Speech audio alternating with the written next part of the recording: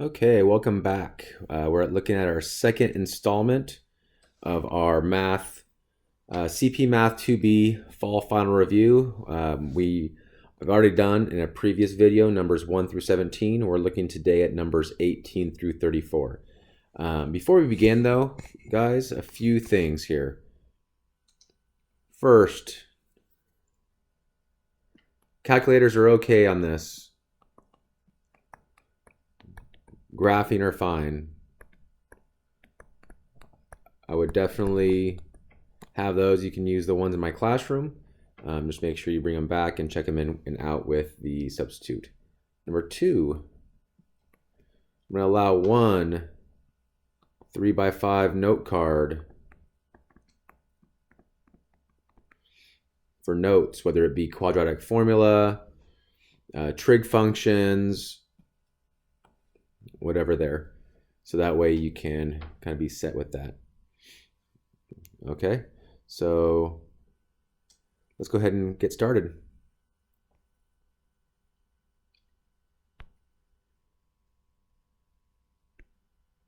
I'll change color real quick.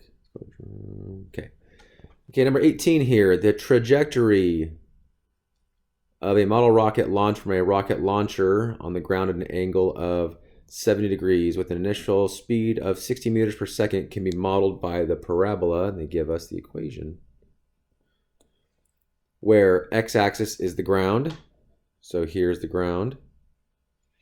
Find the height of the highest point of the trajectory and the horizontal distance the model rocket travels before hitting the ground. So it looks to me here, the rocket's going to be launched, looks like at 0, 0. Yes, it'd be at 0, 0 here.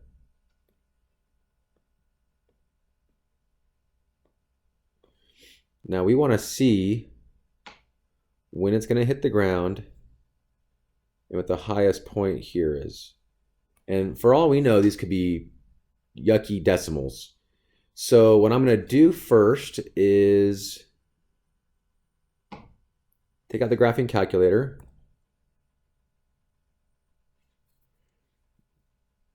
And then I'm going to go ahead and graph this. So let's clear that. Go to my y equals screen. So y equals 2.75x minus 0.0116x squared. Now my window is probably going to be way off. In fact, I'll just graph it to show you that. My window is not great. Okay, I can't see the whole thing.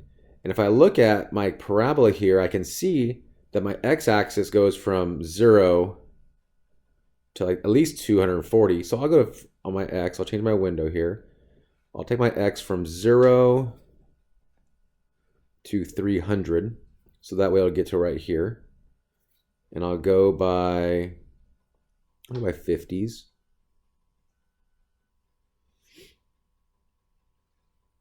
All right, and then my y min, I'll keep that at -10 just because that way I get a little bit underneath here.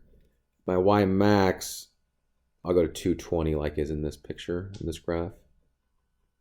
And they went by 20s here.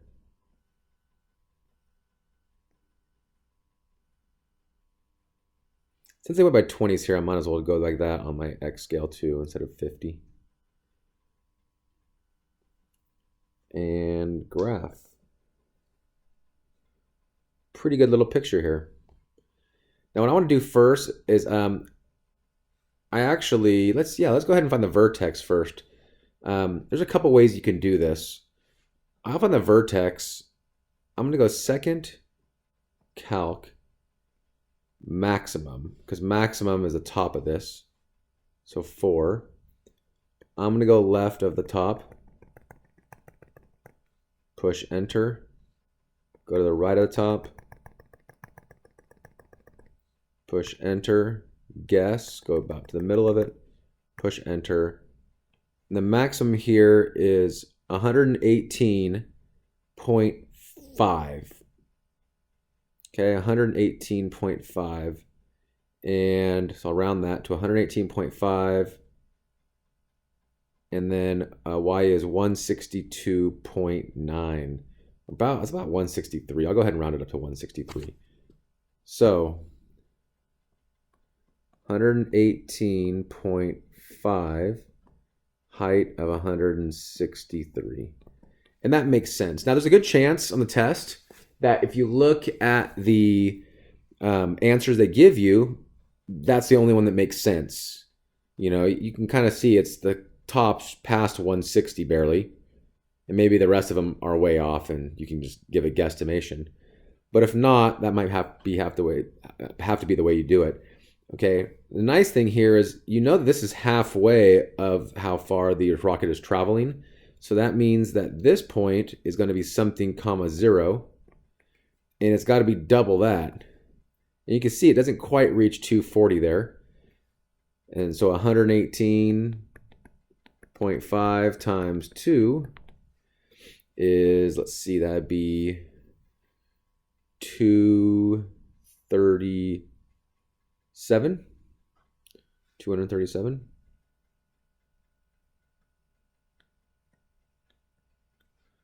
And there you go. So there's the highest point, the height on the highest point, and the distance it travels when it hits the ground.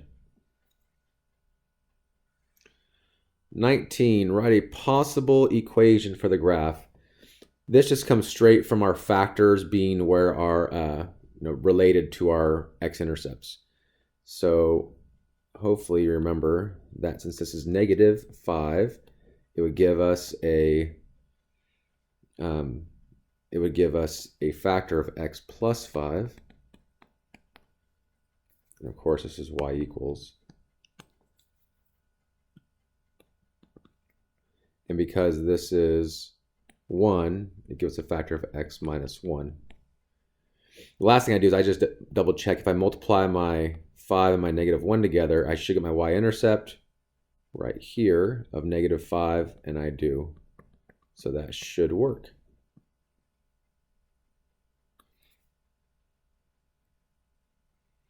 Okay, now we're getting in some ones that have solving.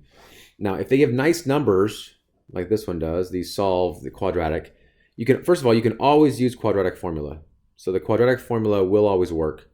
You can also use factoring. Now this one right here, this is a pretty quick one. I can figure out if there's something that multiplies to -10 and adds to -3. So I'm using my diamond problem really quick because there's no coefficient here, or coefficient of 1.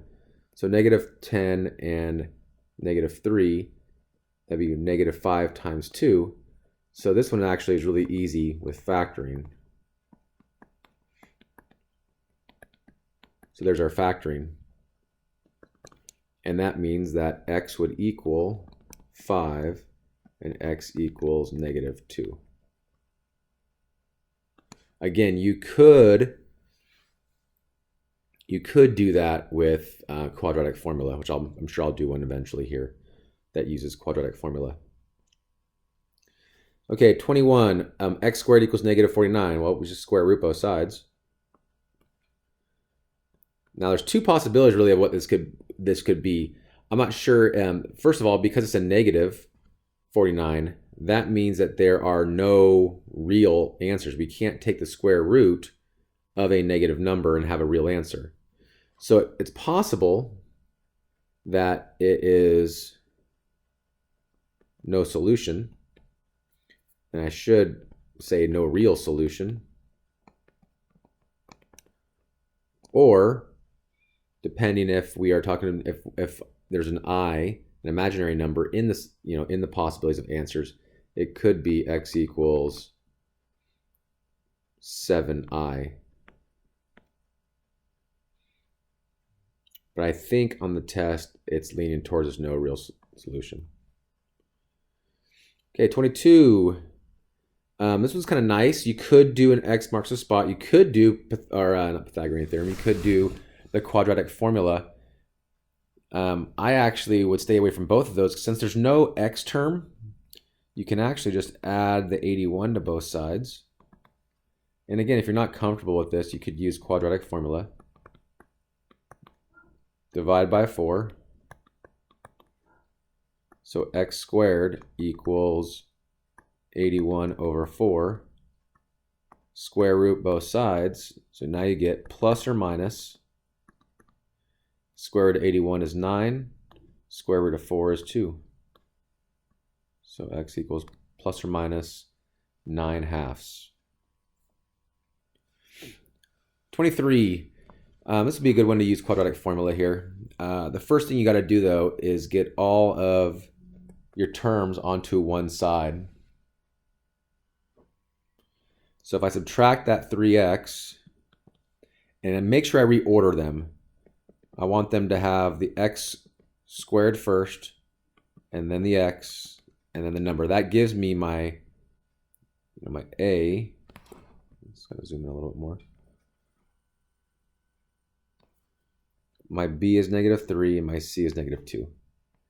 So if you use quadratic formula, you have it all laid out for you now. So quadratic formula is opposite of b plus or minus square root b squared minus 4ac all over 2a. That's x equals that. That might be something good to have on a note card. So now it's just plugging the numbers in and using our calculator. So see, negative b would be -3. I'll write that down. Negative, parenthesis, -3. I always put things in parentheses. Plus or minus the square root of -3 squared. Minus 4 times 2 times -2. All over 2 times 2. Simplify this a bit. Give myself some room here. And I'd have 3 plus or minus square root. Now, I gotta be careful here. -3 squared is 9. -4 times 2 times -2 is a positive, because it's negative, and that's an 8/16 all over 4. So that'd be 3 plus or minus square root of 25 over 4. That's 5. 3 plus or minus 5 over 4. So 3 plus 5 over 4, that's 8. Divided by 4 is 2. 3 minus 5 over 4, that's -2 over 4, which is -1/2. So there's your answers. It's 2 and -1/2. I'll write over here. X equals 2, x equals -1/2. Quadratic formula. This one, I see the no first term here, or first coefficient of 1, I should say, on the squared term. So I'm going to go ahead and go to x, our, should have put that little thing there, but our diamond problem. So multiplies to 72, adds 17. 12 times 5, 12 times 5 is 60. Let's see what else multiplies to 72. 9 times 8. 9 times 8. So that'd be x plus 9. X plus 8 equals 0. So that means x equals -9. X equals -8.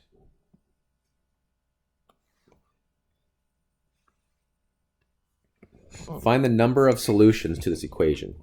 A couple ways you can do it. One way you could do it is graph it on a calculator. If you graph it on a calculator, you can see how many times it crosses the x-axis. And we've talked about this before, that if it does this, that would be 2 solutions. Okay, I don't know if that's the case here. Okay, another way you could do it is just use b squared minus 4ac. All right, and that part of our quadratic formula is called the discriminant. So I'm going to plug that in. B squared should be 5 squared minus 4 times 6 times 4. Now that's going to give me 25 minus 24 times 4, which is 96. This is a negative number. That tells me, since it's negative, it's not going to look like this. It's going to look more like this. It's not going to touch the x-axis, which means no real solutions.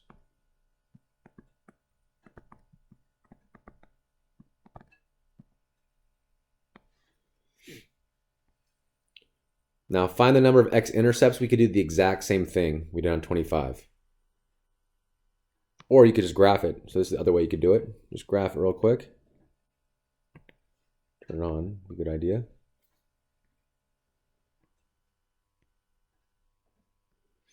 Um, 2x squared plus 3x minus 2, zoom standard.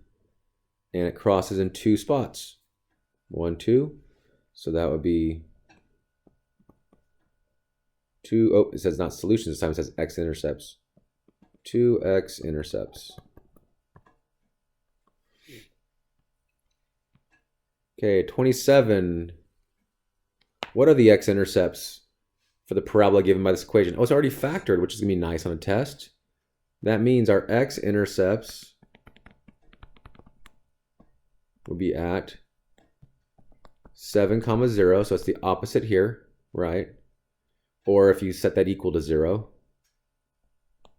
And negative 2, 0.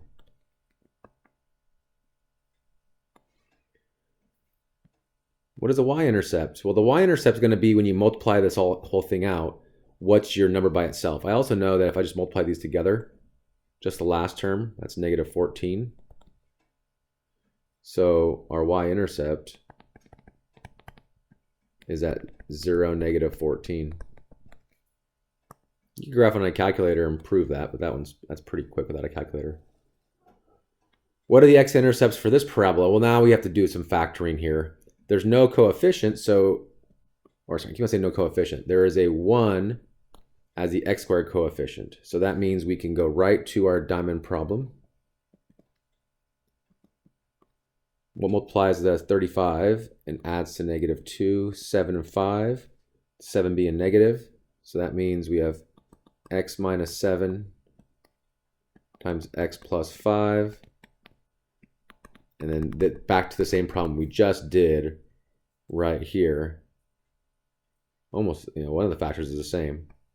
So the x-intercepts would be at 7, 0 and negative 5, 0.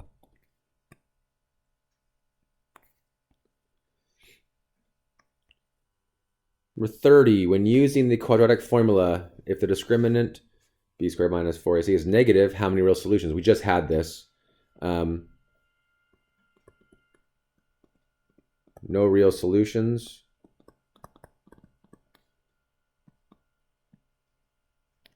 And the reason is because you're taking the square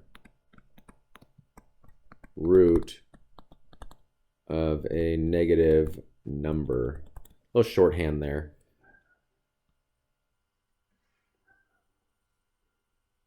$31, find the value of x.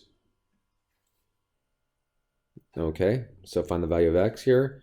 Oh, it's a 45, 45, 90. So you could do trig functions. You could say, here's our 45-degree angle, opposite over hypotenuse. So that would be sine 45 equals x over 10. Multiply both sides by 10. So calculator, 10 side 45.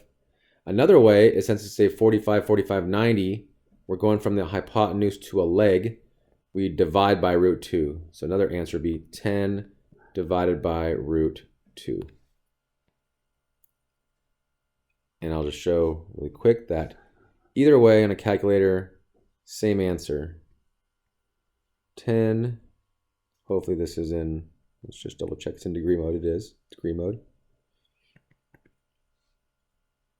Sine 45, 7.07, 10 divided by square root 2, 7.07.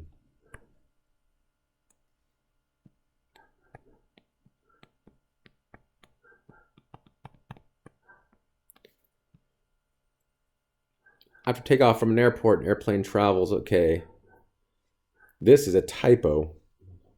So I better double check on the test because look at this says 10 degrees. This says 15 degrees. So an airplane climbs to an altitude of 12,000 feet. So let's just pretend that it is the 10 degrees. We'll get rid of this. We'll call that 10 degrees. I'm not sure if it's supposed to be 15 there or 10 there. We'll go 10 there. All right, so I have 10 degrees. From 10 degrees, this is my opposite side. This is my adjacent side. If you want to go all the way back to SOHCAHTOA, opposite and adjacent is tangent. So I can do tan 10 degrees equals 10,000 over x. The tricky part here is since x is on the bottom, we got to multiply both sides by x. So we get x tan 10 equals 10,000. Okay, so since we have x tan 10 equals 10,000, we have to divide by tan 10 degrees on both sides. So that means we have to do x equals 10,000 divided by tangent 10.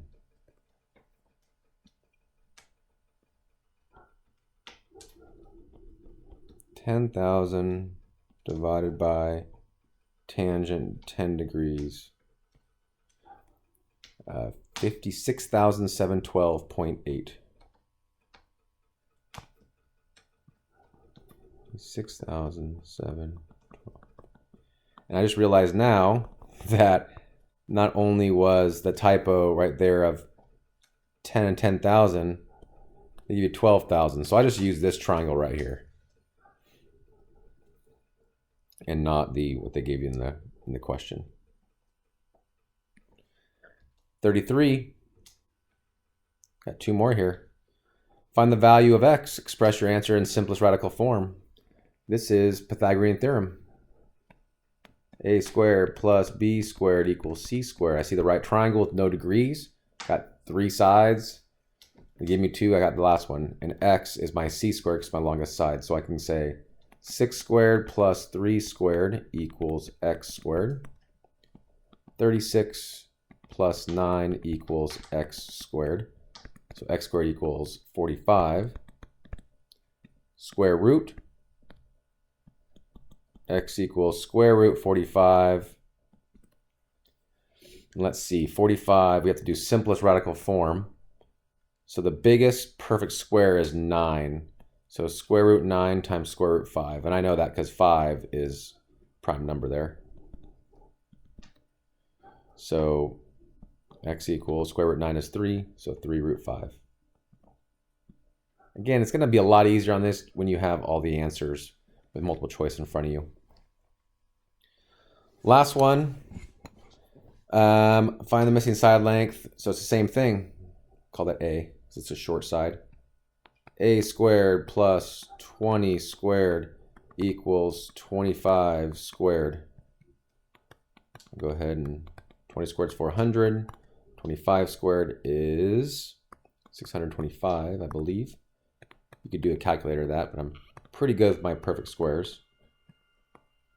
A squared equals, subtract the 400 for both sides, 225. So square root 225 is 15. I don't need the squared anymore. So A equals 15. And the second part I won't write down, but I just tell if it's a Pythagorean triple. Yes, it is a Pythagorean triple. because they are whole number values, and it works with a squared plus b squared equals c squared. So that is number 18 through 34.